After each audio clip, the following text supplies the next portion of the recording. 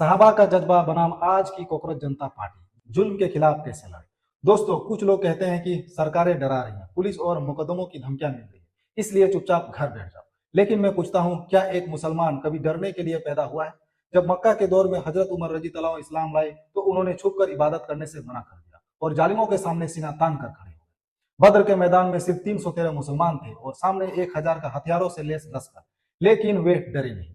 जब हमारे इतिहास में डर का कोई नामो निशान नहीं है, तो आज हम इन जालिमों और धमकियों से क्यों डरें? इस्लाम जुल्म के खिलाफ आवाज उठाना सिखाता है, लेकिन कैसे? आज हमें सहाबी की उसी रणनीति को समझना होगा। मेरे भाइयों, साहबा कभी डरे नहीं, यह सच है, लेकिन साहबा कभी बिना तैयारी और बिना लीडरशिप के सड़कों पर तमाशा बनने नहीं निकले, यह भी उतना ही बड़ा सच है। बद्र में 313 थे, लेकिन उनके पास अल्लाह के रसूल सल्लल्लाहु अलैहि वसल्लम जैसी महान लीडरशिप थी।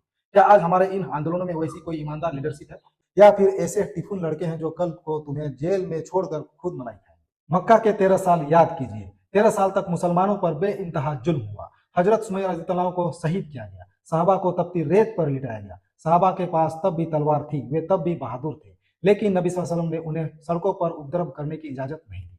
क्यों? क्योंकि वह अंदरूनी मजबूती और सब्र का दौर था।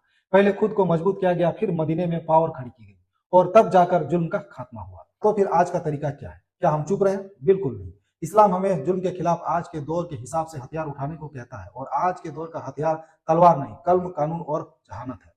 अगर वाकई साहबा जैसा काम करना है तो ये 3 तरीके अपनाओ। कानूनी जिहाद। सुप्रीम कोर्ट और हाई कोर्ट के जो वकील रात दिन कोर्ट में जालिम सरकार के खिलाफ केस लड़ रहे हैं, जो मुकदमों को चुनौती दे रहे हैं, उनका साथ दो। कानून के दायरे में रहकर अदालत के जरिए सरकार के जुल्म को बेनकाब करो। सिस्टम का हिस्सा बनो। बद्र के 313 की तरह आज तुम्हें सिविल सर्विसेज, न्यायपालिका और मुख्य धारा की मीडिया में अपने 313 खड़े करने होंगे। जब तुम सिस्टम के अंदर बैठकर हक की बात करोगे तो किसी जालिम की औकात नहीं होगी कि वो तुम्हें लाठी दिखा सके। गद्दार और बुजदिल लीडरों को खारिज करो। जो कोचिंग वाले टीचर्स अरबों रुपए कमाकर आज दुबक कर बैठे हैं, और जो नए लड़के अंग्रेजी झाड़कर तुम्हें मोहरा बना रहे हैं, उन्हें अपना लीडर बनाना बंद करो। जब तक कौम में एक ईमानदार और मजबूत लीडरशिप खड़ी नहीं होती, तब तक जज्बात में आकर अपनी जवानी जेलों में मत सड़ाओ। नौजवानों, इस्लाम बुजदिली नहीं सिखाता, लेकिन इस्लाम खुदकुशी भी नहीं सिखाता। जालिम सरकार की धमकियों से डरना हमारे ईमान के खिलाफ है, लेकिन बिना सोचे समझे किसी के एजेंडे का शिकार होना हमारी अक्ल के खिलाफ है। होश से काम लो, जज्बात से नहीं। अपने आप को पढ़ लिख कर इतना मजबूत बनाओ कि जब तुम बोलो तो पूरा सिस्टम कांप उठे। भीड़ मत बनो, इतिहास बदलने वाले बनो।